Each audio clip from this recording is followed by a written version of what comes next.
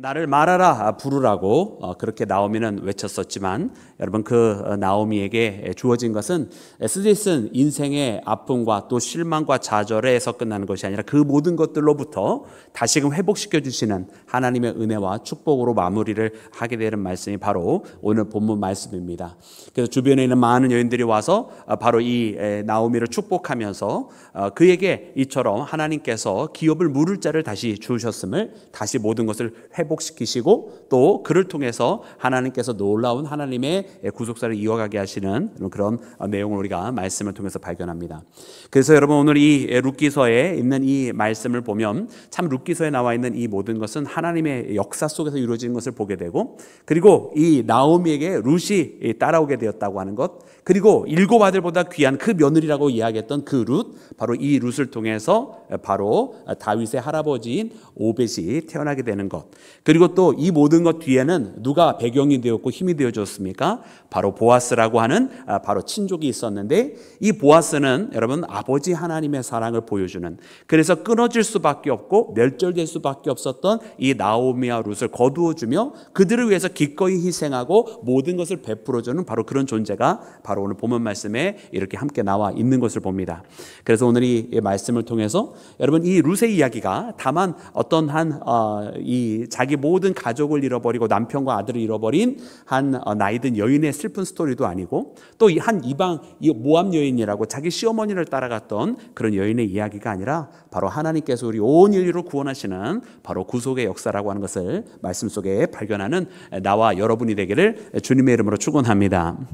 사랑하는 여러분, 지난주에는 우리는 여러분 보아스의 모습을 통해서 여러분 이 룻과 또 나오미를 기꺼이 자기가 치러야 될 마땅한 어떤 율법적인 책임이 아니라 그 이상의 은혜를 베풀어 주면서 여러분 그들을 거두어 드렸던 모습을 우리가 룻기서 2장 말씀을 통해서 보았습니다. 그래서 율법에 제정되어져 있던 것처럼 뭐 지나가던 나가던 애들에게 그 이삭, 떨어져 있는 그런 이삭들을 주워가는 정도가 아니라 다른 데 방황하지 말고 늘 항상 나의 밭으로 오라 이야기하였고, 자기의 종들로 하여금 그들을 보호하게 해줬을 뿐만 아니라 그들이 또 오는 물까지도 얼마든지 가져가서 식수로 사용하라고 모든 것을 이렇게 제공해 주었던 여러분 이 보아스의 여러분 기꺼이 모든 것을 더 베풀어 주는, 아니 그 이상의 호혜를 베풀어 주는 여러분 이 보아스의 모습을 우리가 말씀을 통해서 보았습니다.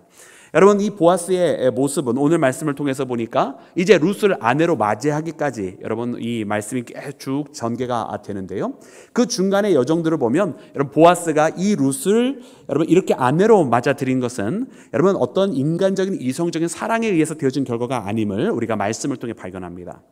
그러나 그 가운데는 어쩌면 이성의 사랑 그 이상의 보다도 깊은 사랑이 담겨져 있는 것을 보는데, 예를 들면 여러분 룻기서 3장 말씀에 보면 이제 보아스가 이처럼 친절한 사람이고 또 자비함이 넘치는 그런 사람인 것을 알고 여러분 룻의 시어머니였던 나오미가 이렇게 자기 며느리에게 시키는 거예요. 너는 목욕을 하고 머리에 기름을 바르고 예복을 입고선 그 종들이 있을 때 가지 말고 그들이 다 떠난 다음에 보아스의 침실로 가서 거기서 이불을 가지고 그 뒤에 누워 있으라고, 그러면 보아스가 무엇을 할지 너에게 알려줄 거라고 그렇게 이야기를 해요.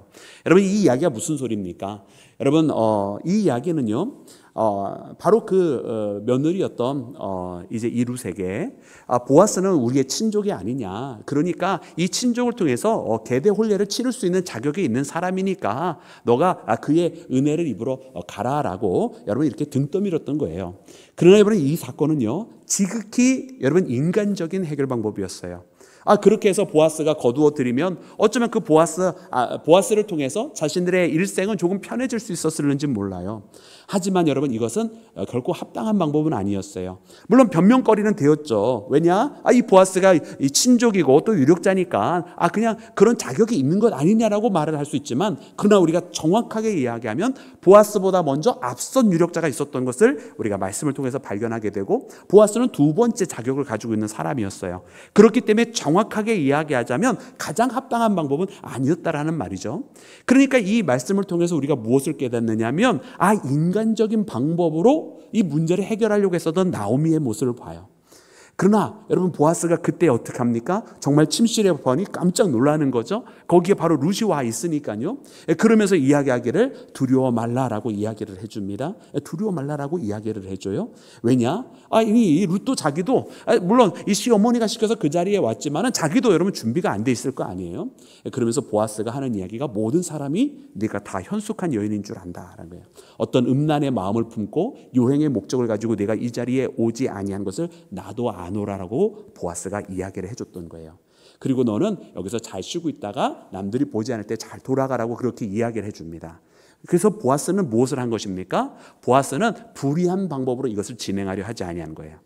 그래서 가장 합당한 방법이 무엇이었느냐면 먼저 보아스보다 앞선 권한을 가지고 있는 사람이 있었기 때문에 그 사람에게로부터 권한을 양도받는 것이 우선이어서 그 일을 행하러 진행하게 되는 것이 바로 오늘 본문 말씀 4장에 있는 말씀입니다.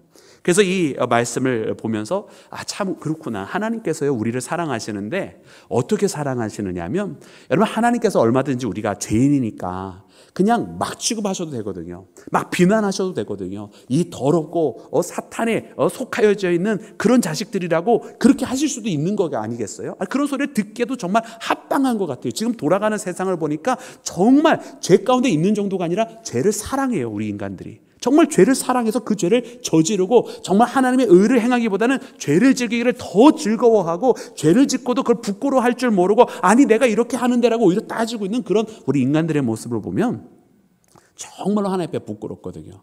그런데도 하나님 어떻게 하시느냐? 우리를 죄인이라고 낙인 찍고 비난하시는 것이 아니라 여전히 우리는 하나님 앞에 존대받을 수 있는 그런 고귀한 존재라고 하나님 앞에 귀히 여김을 받아 마땅한 그런 존재라고 하나님께서 우리 모두를 불러주시더라는 거예요. 그래서 우리는 말씀을 통해 끊임없이 무엇을 통해 발견하냐면 우리의 존재 가치가 세상에서 말하는 것처럼 그렇게 하찮은 존재도 아니고요. 세상이 우리를 그렇게 무시하고 한다고 해서 우리가 그렇게 무시당할 존재도 아니라고 하는 것을 누구 때문에 하느냐면 바로 우리를 사랑하시는 그 하나님 때문에 우리가 그와처럼 귀한 존재라고 하는 것을 깨닫게 되는 줄로 믿습니다. 사랑하는 여러분들은요. 그런 하나님의 귀한 존재들이에요. 우리 모두가 다 그런 하나님의 귀한 존재들이에요. 하나님의 자녀들이고요. 그리고 예수 그리스도께서 그분의 보혈을 흘리시면서 살리시기까지 그렇게 가치 있는 존재가 바로 하나님의 형상을 가지고 태어난 우리 모두인 줄로 믿습니다. 여러분 이와 같은 사실은요. 우리가 어떤 부하거나 않거나에 따라 달라지지 않아요. 우리가 뭐 어떤 많이 배웠거나 덜 배웠거나 이런 것에 의해서 달라지지도 않아요. 뭐 우리가 어떤 사람은 뭐 사회에서 인정받고 살고 누군 사회에서 무시당해서 산다 이런 것에 의해서 달라지지도 않아요. 여러분 우리가 어떤 모습으로 살든 어떤 경제적인 상황을 가지고 살든 어떤 건강의 상황을 가지고 있든 그것은 결단코 하나님의 눈에 아무 문제가 되지 않다고 하는 것을 오늘 이 보아스의 모습을 통해서 이 보아스가 룻을 대하는 모습을 통해서 발견하는 나와 여러분이 되기를 주의 이름으로 축원합니다. 하나님의 눈에는 우리는 여전히 사랑받을 만한 존재라는 거예요. 너무나 사랑스러운 존재고요. 내가 어떤 모습을 있든 어떤 건강 상태고 여러분 그러므로 오늘 우리가 이 시간 우리를 이렇게 사랑하시는 하나님 앞에 이렇게 우리를 존귀하게 대해주시는 그 하나님 앞에 여러분 기꺼이 나는 주님의 품에 그러므로 더 있고 싶다라고 그러므로 주님의 날개 그늘 아래 거하고 싶다라고 여러분 그런 고백을 하며 살아가는 우리 모두가 되기를 주님의 이름으로 축원합니다. 자 사랑하는 여러분 그래서 오늘 이 본문 말씀에 이르기 바로 직전의 상황이 벌어지게 되는데 그 이튿날에 이제 보아스가 그 첫 번째 유력자를 찾아가게 됩니다.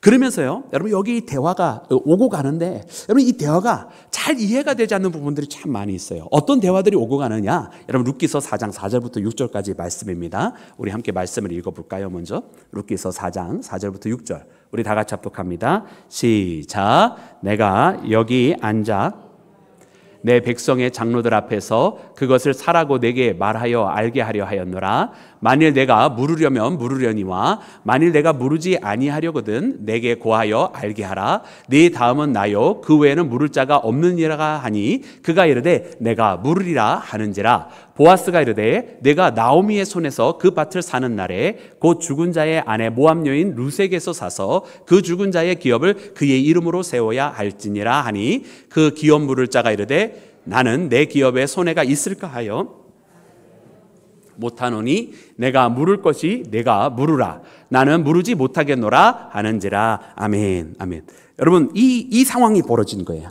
여러분 한 번 읽어서는 사실 잘 금방 이해가 되지 않는데 쉽게 말하면 어떤 일이 벌어졌냐면 이제 보아스가 그 첫 번째 유력자를 만났습니다. 자, 이제 네가 기업 물을 자가 되려거든 기업 물을 자가 되라 이렇게 이야기한 거예요. 만약 네가 무르지 아니하면 내가 바로 그 다음이다. 그리고 나 다음에는 아무도 없다. 이런 이야기를 하는 거예요. 물론 나오미와 룻의 입장에서는 둘 중에 한 명이 이 기업 물을 자가 되지 아니하면 여러분 구속받을 방법이 없어지는 거예요. 자, 그런데 신기한 것은 무엇이냐면 이 첫 번째 유력자가 대답을 합니다. 아, 그래? 그렇다면 내가 그 기업을 무르겠다라고 이야기를 해요. 여러분 그랬더니만 보아스가 이야기를 합니다. 뭐라고 이야기하냐면 그래 네가 그러면 나오미의 그 기업을 무르게 되면 그에게는 모압 여인 룻이 있는데 그 모압 여인 룻에 대한 모든 것도 내가 준행하라 이런 이야기를 해요. 그랬더니 이 첫 번째 유력자가 다시 대답을 하는데 아 그러면 내 기업에 손해가 될까 두려우니 나는 무르지 않겠노라 이런 이야기를 해요. 여러분 이것이 바로 오늘 성경 말씀에 나와 있는 이야기. 그래서 이제 보아스가 두 번째 유력자로서 모든 것을 무르게 되는데 대충 느낌은 와요. 첫 번째 유력자가 뭔가 손해가 되니까 자기가 안 무르겠다고 해서 보아스가 그것을 감당하게 됐구나. 여기까지는 우리가 알게 되죠. 근데 이게 구체적인 내용이 뭐냐면은 여러분 기업을 무른다라고 하는 것이 무슨 뜻이냐면 여러분 그때 당시에 이스라엘에게 있어서 기업이라고 하는 것은 여러분 땅의 기업을 이야기하는 거예요. 그리고 이 하나님께서 주신 그 땅, 그들에게 주신 그 기업은 결단코 빼앗겨서는 안 되는 것입니다. 왜 단지파가 망하였느냐? 하나님께서 주신 그 기업을 버리고 다른 땅을 찾아가다가 망한 게 바로 단지파예요. 그래서 이스라엘에게는 하나님께서 주신 이 모든 것은 자기네들이 지켜야만 해야 되기 때문에. 그런데 문제는 언제 벌어지죠? 문제는 언제 벌어져요? 아니 기업을 물을 아들이 태어나야 되는데 아들이 태어나지 않아요. 그럼 더 이상 기업을 물을 수가 없게 되잖아요. 그러면 그 소산과 그 토지는 다 어떻게 되는 겁니까? 다른 누군가에게 넘겨줘야 되는 상황이 벌어지는 거예요. 근데 어떻다고요? 기업은 누군가에게 빼앗기면 돼요? 안 돼요? 안 된다고 그랬잖아요. 안 된다고. 빼앗기면 안 되는 거예요. 하나님이 주신 그 땅은 끝까지 지켜야 되는 거예요. 그래서 이스라엘에서 만들어진 제도가 뭐냐면 바로 이 기업을 물을 자라고 하는 여러분 이 제도인데 어떻게 되는 거냐면 이제 그들 가운데 이제 자식이 없어서 이제 대가 끊어지게 생겼으면 바로 친족 중에 하나가 유력자가 그 토지를 사주는 거예요. 그 토지를 사주는 거예요. 그럼 그 토지를 사면 어떻게 되겠어요? 그러면은 이 사람들은 이제 남편이 없어도 혹은 자식이 없어도 이 토지를 사준 그 유력자를 통해서 이제 자기가 그 재산을 가지고 그 물질을 가지고 이제 남은 여생을 살아갈 수 있게 되는데 그 땅을 이 유력자가 사줬으니까 이 땅은 다른 데 빼앗기지 않고 친족 중에 하나가 그 땅을 하나님으로부터 받은 그 기업을 소위 계속 유지할 수 있게 되는 거예요. 자, 그런데 말이죠. 어떤 일이 벌어지는 거냐면 이제 그 땅만 이렇게 무르는 것이 아니라 거기에 속하여져 있는 권속들도 다 여러분 이제 무르게 되는 거 아니겠어요? 그러니까 거기에는 나오미라고 하는 이 엘리메섹의 아내도 있고 또 이 나오미의 며느리인 룻까지도 무르게 되는데 이제 룻과의 혼인을 하게 되면 어떤 일이 벌어지냐면 룻과의 혼인사에서 거기서 만약 자식이 태어난다. 그러면 땅은 원래 주인에게 다시 돌아가는 거예요. 원래 룻과 나오미의 땅이었으니까 그 땅을 구해주기 위해서 샀는데 그 땅이 원주인이 이제 또 대를 물을 자격이 있는 사람이 나오면 다시 물려주게 된다란 말이에요. 이해가 되시죠? 그리고 또 그 다음에 어떤 일이 벌어집니까? 이 새로운 유력자와 룻 사이에서 만약 자녀가 태어나면 원래 이 유력자가 가지고 있는 재산 중의 일부도 자기의 원래 자식들과 n분의 1로 또 나눠서 줘야 되는 상황이 되는 거예요. 이해가 되셨어요? 이해 못 하셔도 괜찮아요. 아니, 그 동네는 그냥 그렇게 살았대. 그냥 쉽게 이야기하면 뭐냐? 이 유력자가 이것을 모르는 순간 자기가 대가를 지불해주고 그 땅을 갖고 오고도 룻에게 자식이 태어나면 다시 줘야 되고 심지어 자기 재산의 일부도 나눠줘야 된다는 소리예요. 이해가 되셨죠? 이렇게 처음부터 쉽게 얘기할 걸.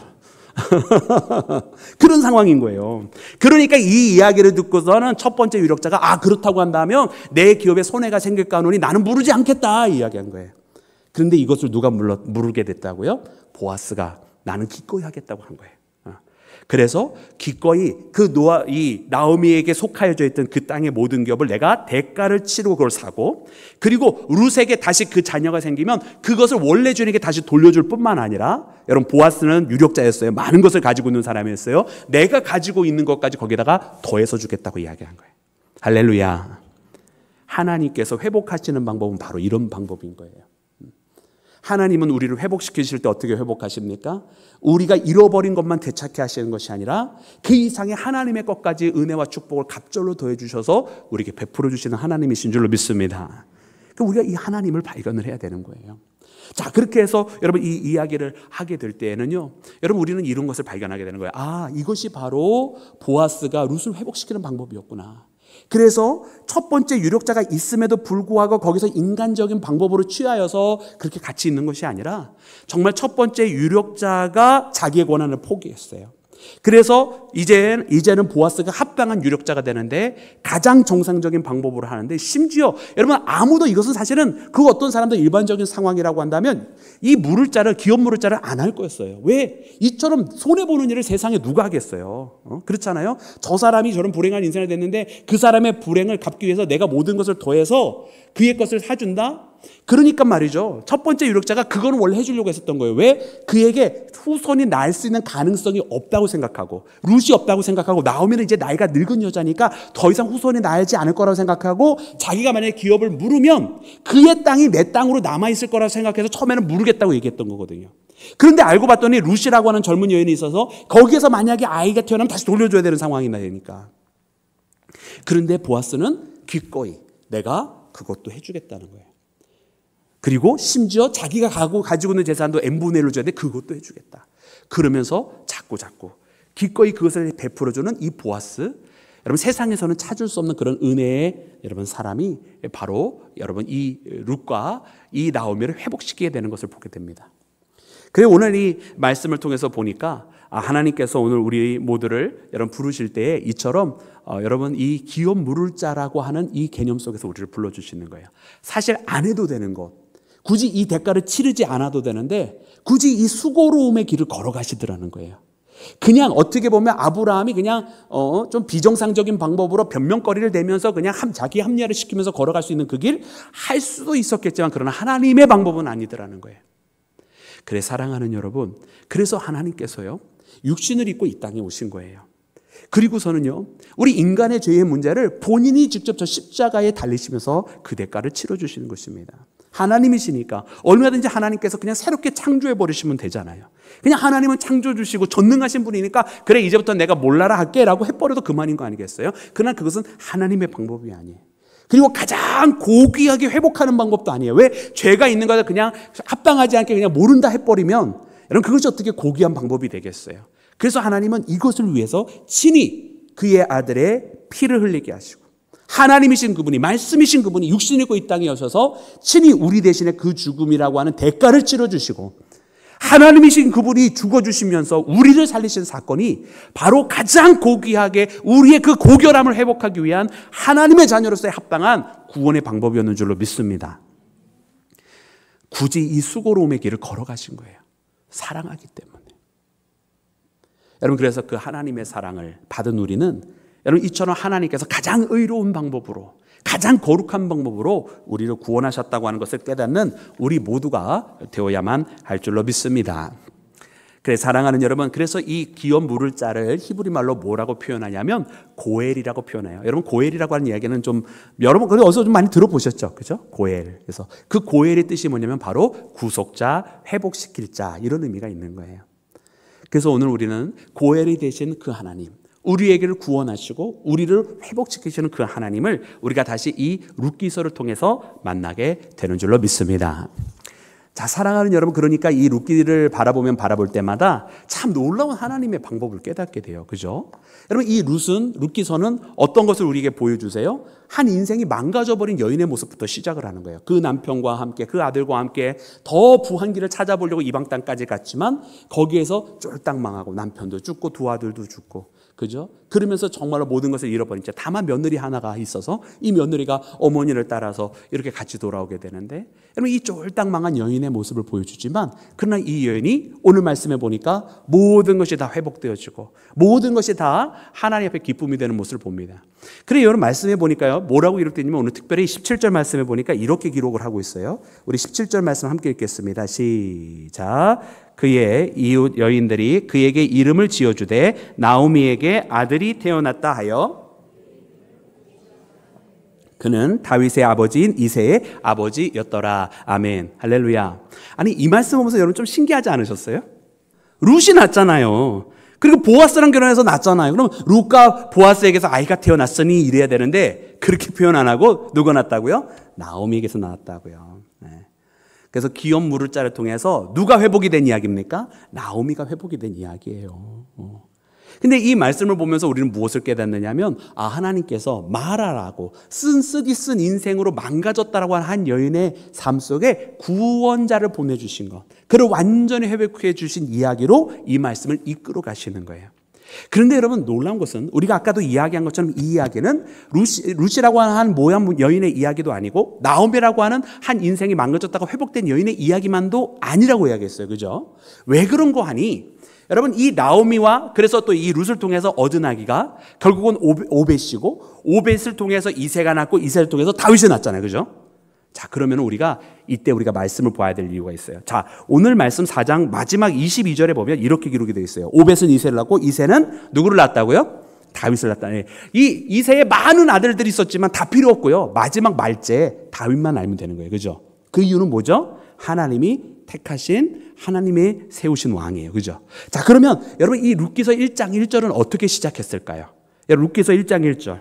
여러분, 제가 대신 읽어드리면 이렇게 기록이 되어 있습니다. 사사들이 치리하던 때에. 아멘. 언제라고요? 사사들이 치리하던 때. 그러면서 이야기가 시작이 돼요. 룻기서의 이야기는요, 그냥 우연으로 쓴 게 아니에요. 분명하게 우리에게 메시지를 전해주고 있는 거예요. 언제라고요? 사사들이 치리하던 때. 다시 말하면 왕이 어떤 때에? 없었던 때. 그리고 또 어떤 때에? 왕이 없으므로 사사기의 마지막 보니까 뭐라고 기록이 되어 있었죠? 각기 자기 소견대로 행하던 때. 각기 자기 소견대로 행하던 때니까 자기 땅을 버리고 모압까지 갔다란 말이에요. 이해가 되시죠? 그래서 사사기 다음에 룻기가 나오는 거예요. 각기 소견대로 행하다가 망할 수밖에 없었던 그 이스라엘에게 하나님께서 다시 그들을 붙잡아 살리셔서 다윗이라고 하는 왕을 내셨다라고요. 할렐루야. 그것이 바로 우리에게 주시는 메시지예요. 그리고 이 말씀은 여기서 끝나는 것이 아니라 곧 진정한 왕 누구십니까? 다윗의 후손으로서 이 땅에서 메시아로 찾아오신 예수님에 대한 이야기인 줄로 믿습니다. 여러분, 그래서 이 말씀이 이렇게 이어지는 거예요. 각기 소견대로 행하던 우리 인간들. 그 사사시대 때에 정말 그저 자기 뜻대로 좋은 것 찾아가고 더 그냥 잘 되려는 이것만 바라보며 살아가는 우리 인간들이 그렇게 살아가다 쫄딱 다 망하고 멸절될 수밖에 없었던 우리에게 구원의 손길을 내밀어 주신 분이 하나님이고, 그 구원하신 방법을 허락하신 분도 하나님이고, 그것을 위해서 기꺼이 더 많은 희생을 안 하셔도 되는데 살아가시기 때문에 그 희생을 감내하신 분도 하나님이시라고, 그렇게 해서 한 왕을 우리에게 보내주셨다는 말입니다. 할렐루야. 이것이 바로 사사기입니다. 여러분, 오늘 그래서 우리 이 말씀을 들으면서 참 우리를 향한 그 하나님의 사랑을 우리가 회복해야 됩니다. 오늘 이 시대를 보면 다시 왕이 없어진 시대 같아요. 다시 하나님의 뜻대로 살아가기를 거부하고 각기 자기 소견대로 행하는 그런 세대가 되어버린 것 같아요. 심지어 우리 크리스찬들부터 그런 거요. 하나님의 말씀에 하면은 그냥 대들기는 하지, 그 말씀에 순종하고 아멘하며 나갑니까? 하나님이 뭐라고 하시면 거기에다 변명되기 바빠요. 합리화하기 바빠요. 그래가지고 어떻게 하나님 앞에 복된 자녀라는 이야기를 듣겠습니까? 그렇게 자기 소견대로 행하던 세상에. 그러나 하나님은 그래도 버리지 아니하셨어요. 그래도 비난하지 아니하셨어요. 그래도 현숙한 여인이라고 불러주시는 거예요. 그러면서 그 존엄성 잃어버리지 않게 하시려고 너는 귀한 자라고 하나님 그래도 불러주시는 거예요. 우리를 그렇게 불러주신단 말이에요. 여러분, 이제는 우리가 그 하나님 앞에 응답해야 될 때가 되었는 줄로 믿습니다.